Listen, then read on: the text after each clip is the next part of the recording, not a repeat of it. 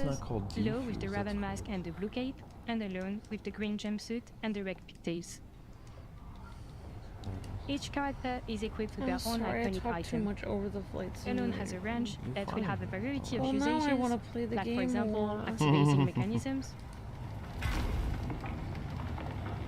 Yeah, I was surprised. I didn't know they had that many castles in Germany, but they have so many.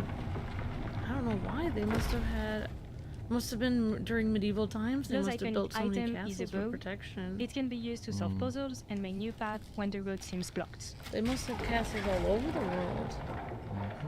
To survive in this dangerous world, teamwork would be essential, as Lo and Alone will have to work together to keep moving forward.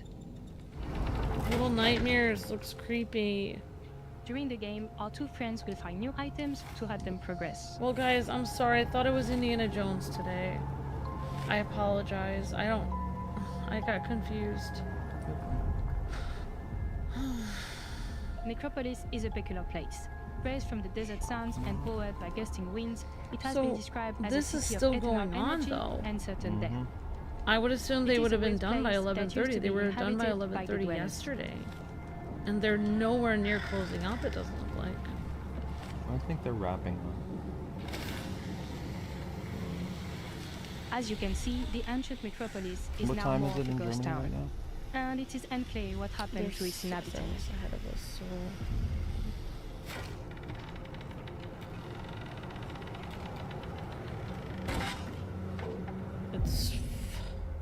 It's 5:30.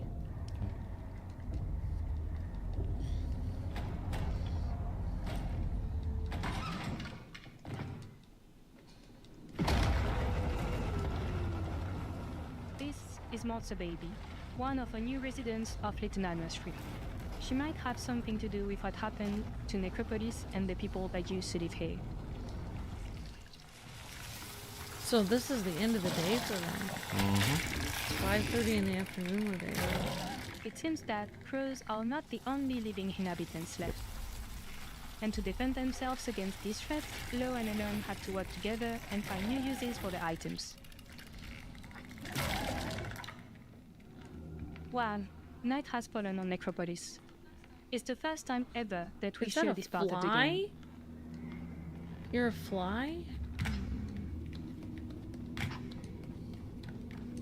Looks like it. As you can see, the mood in the real city has changed quite a bit.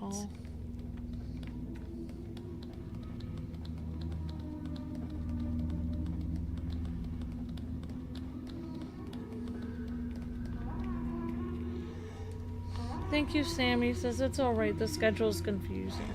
It's not your fault. Thank you, Sammy.